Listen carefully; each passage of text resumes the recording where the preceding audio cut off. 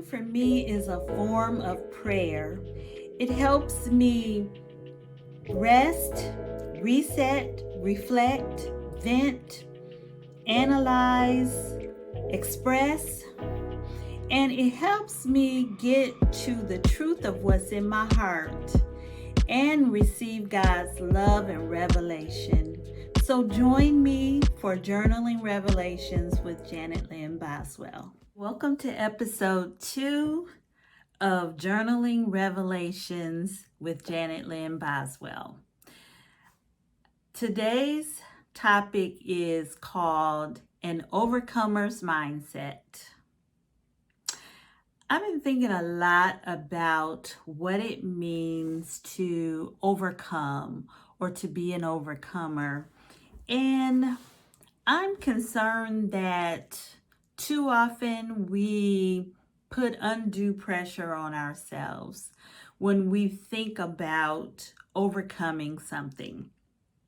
And what I mean by that is, although I've heard of people being able to just give up something instantly, maybe a person had a bad temper and they have an encounter with God and all of a sudden they become meek and mild. And that does happen. But by and large, my experience has been that deliverance is a process, which means in my mind that overcoming is also a process. So I don't want us to put undue pressure on ourselves, feeling like we're not overcomers because we haven't completely mastered something, or something that we thought we had mastered comes back up a year or 2 or 5 later. So let me help you with understanding where I'm coming from. The Oxford definition of overcome is to succeed in dealing with a problem or difficulty. To succeed in dealing with a problem or difficulty. When I hear that term dealing with, to me that implies that it's an ongoing thing. And the example that they give is, she worked hard to overcome her paralyzing shyness. She worked hard, meaning it wasn't just a one-time thing. She worked at it. You see what I'm saying? Ongoing. She worked at it. It requires a level of self-awareness. And I believe that is why self-awareness is so important for us to have, because we need to know what are our areas of weakness, what areas are challenges for us, what areas do we struggle in, what areas do we want to change in. That requires mindfulness and self-awareness. Is so important, because here's the thing: if we don't have self-awareness, we're just acting out and everybody gets negatively affected. We all know people who are not self-aware, and maybe we have been those people ourselves. And some people seem unwilling to grow and change. But let me give you an example from scripture of how a lack of self-awareness and dealing with our problem or difficulty can have negative and long-reaching effects, not just on us, but on the people around us as well. So I'm looking at Sarah, who was the wife of Abram. biblical patriarch, and she being a biblical matriarch. And it's coming from Genesis, the 16th chapter, verses 1 through 6, and I'll put this in the show notes. But back in Sarah's day, to be barren or to be a woman who was unable to get pregnant was the ultimate shame. It was just something that was, one of the worst things that you could experience, to be a woman who could not bear a child. And Sarah felt the shame of this so heavily. And because she was not possibly self-aware enough of how this shame was weighing on her and what it was causing her to do and how it was causing her to think and behave, she decided, even though God had told her, you are going to conceive, but because the shame was just eating her alive, she felt like, no, I got to do something. So she took her female slave and gave her to her husband and said, told her husband, you sleep with her and she'll give birth and that will be my child. That is how I will give you a child. And so he did, and a baby was conceived and born. And then what happened, though, was that the slave started to taunt Sarah with the fact that, oh, now, I had his baby and you couldn't. And so now things are even worse.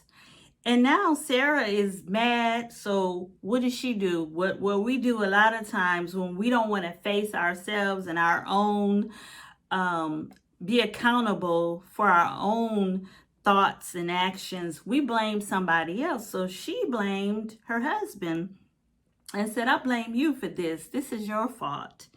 So can you see the ripple effect of that?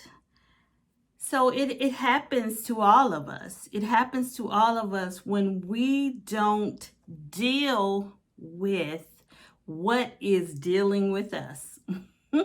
When we don't work to overcome process what is overcoming us, everybody suffers from it. Let me give you myself as an example. So, as a traumatized child, I always believed that I was just inadequate. Like there was just something inherently wrong with me. And no matter what I tried to do, I always messed it up. That's what I believed. That's how I felt. And it caused me to hide myself, literally and figuratively. Literally, I would hide myself in my bedroom closet. Figuratively, I learned to hide my personality. I learned to hide my thoughts and opinions and beliefs and the things that made me me. So at some point in my adult life, through healing and recovery and the process of doing the work, I began to, first I had to acknowledge that that was my tendency. And then I had to examine how that tendency showed up in my life and in my behavior, my thoughts and my decision-making process. And then I had to be honest and take a look at how all of that had affected the people in my life. And when we are not mindful of the things that are overcoming us, It affects every single area of our lives.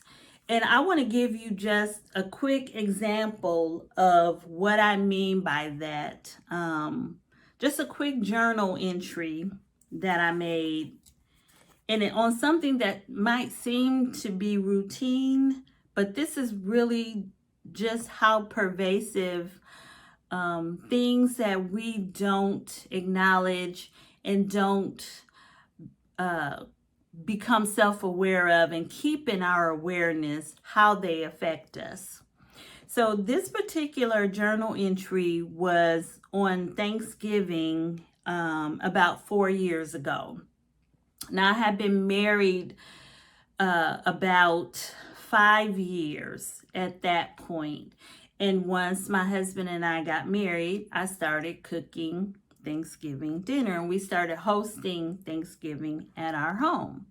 So I hadn't been used to cooking the whole meal by myself, but you know, when I put my mind to something, I'm pretty good at doing it, and I always want to do it right, right?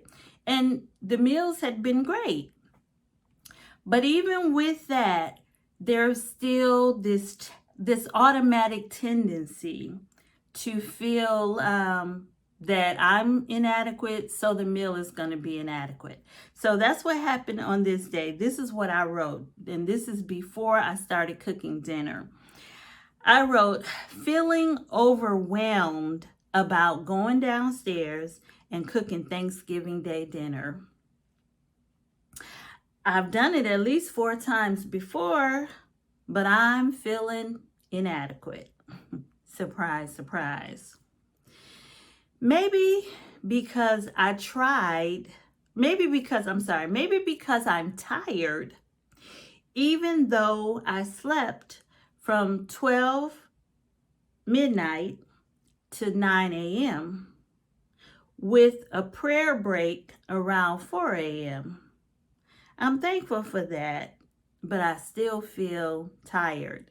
Now, for me to have slept that long, even though I had that break in between where I woke up, and so usually when I wake up in the middle of the night like that, I just go into prayer. So, but still, for me, that was good because I often deal with insomnia. So, but I felt tired, and I am positive that a lot of that fatigue was just anxiety over feeling inadequate, and that the meal was going to be inadequate. And especially since I wrote, this is the last part that I wrote, that I'm afraid I'll mess up or miss something, and we have people coming over, right? So I don't want to be tired. I don't want to be not on top of my game, and we got people coming over for dinner, and then I miss some significant ingredient and then dinner is terrible. Now, let me say that I have sometimes been tired and did something a little bit different or forgot a little spice or whatever, but dinner has never been anything but good. Okay, sometimes maybe even great. But it's a tendency. And because I know that, then part of my process of overcoming that tendency for that day so that I could do what I needed to do, was to journal about it, was to express it, to acknowledge it, to pray about it. And once I do that, then I can shift my mindset and I can say, you know what? You know how to do this. You're a good cook. It's going to be great like always. You got this. Let's go. Then I, went down in the kitchen and did what I do. And the meal was great.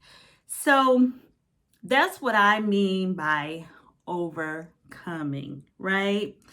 It's not where we have these unrealistic expectations of ourselves and we put this undue pressure on ourselves. It's about being honest and real about these are the areas that I struggle in. These are the areas that I'm growing in. These are the challenges that I face. And it's okay because everyone does. But I'm going to do the work. I'm going to work hard. And I am going to see victory in these areas. But I'm going to stay mindful and self aware so that I don't get caught off guard and so that the thing that I am overcoming does not suddenly overcome me and then everyone else is negatively affected. So I hope that gives you a really good perspective on what it means to be an overcomer and to have an overcomer's mindset. And until next time, take care, and I'm praying for you.